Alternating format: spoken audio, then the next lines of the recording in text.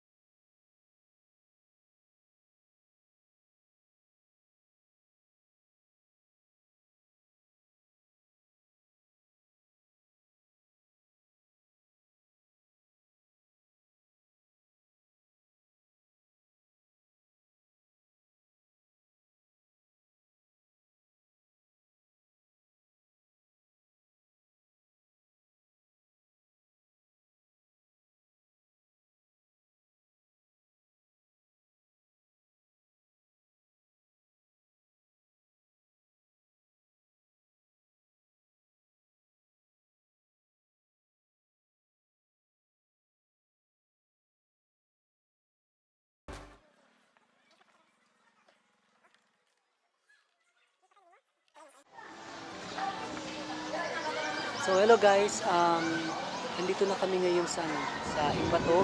This is the heart of Baongon, Bukidnon. Dito kami sa terminal. Nag-standby muna kami ng saglit kasi sobrang init. Snack muna kami konti and then proceed kami. We're still halfway sa aming destination. Along the way, kung makita kami mga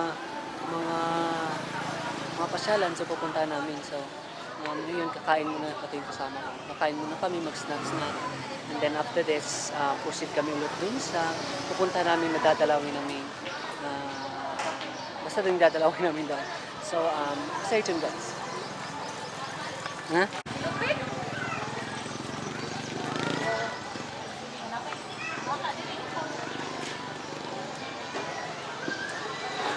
Ilan tas ako dito? Sabay, naka?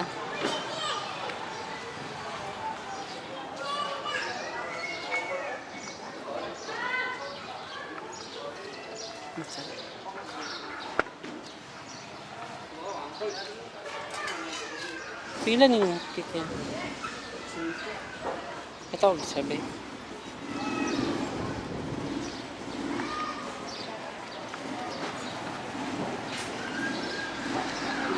Isa lang. Dalaw sa kumpong. Ako na lang bit-bitan. 90.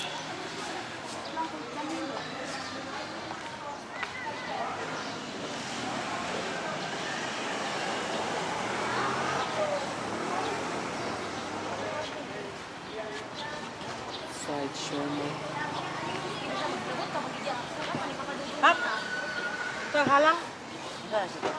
Hot cheese, hot chili. May lang.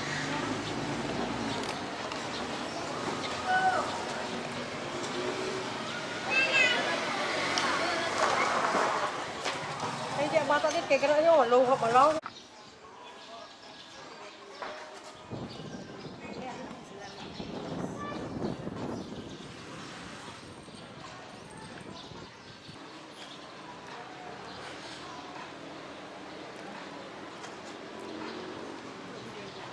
Mango float na itong balitan. Huwag mo gagawin mo. Ito, mango float. Tawag mango float kaya be. Mango float. Diwa ka buhok.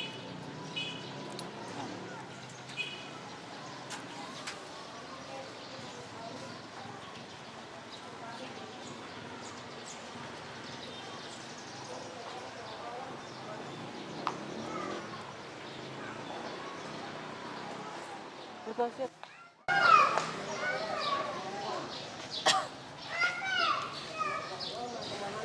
Kain muna tayo guys. Bago tayo pumunta dun sa destination.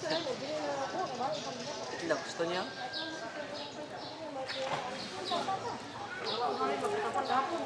Init? Ha? Init. Right.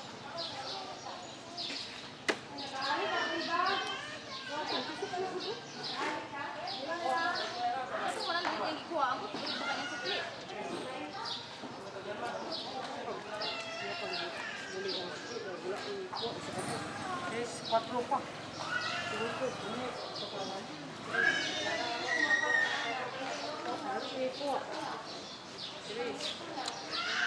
Pwede yung juice din niya. So guys, we are done having our snacks. Tapos na kami mag-snacks. And then proceed na naman kami doon po sa malayo na pupuntahan. So, kahit sobrang init, basta mga batang laagan, susungin namin. Kasi napaka-boring sa bahay. So, ngayon, gagala kami, saan kami mapapadpad. So, tara guys, punta na tayo. Huh? Oh. Yeah. Yeah. Yeah. Oh, yeah.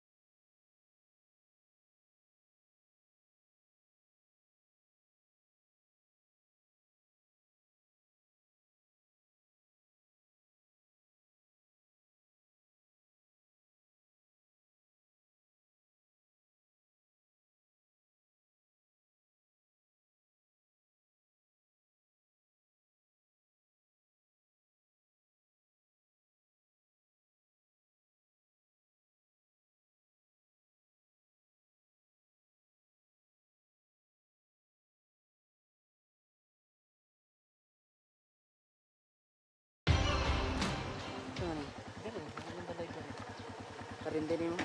Hindi ni. Oh, doon lang. Ha? Hindi.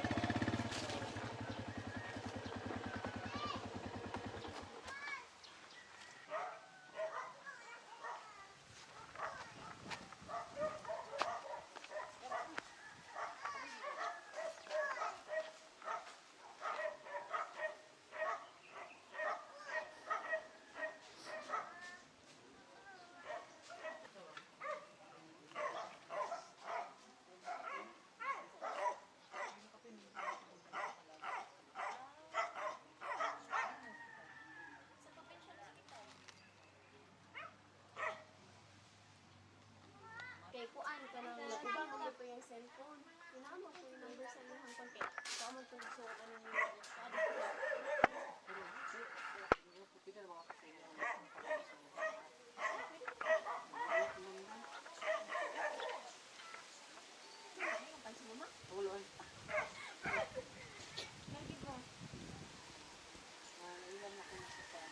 Siguro ko. Okay, salamat kayo. salamat.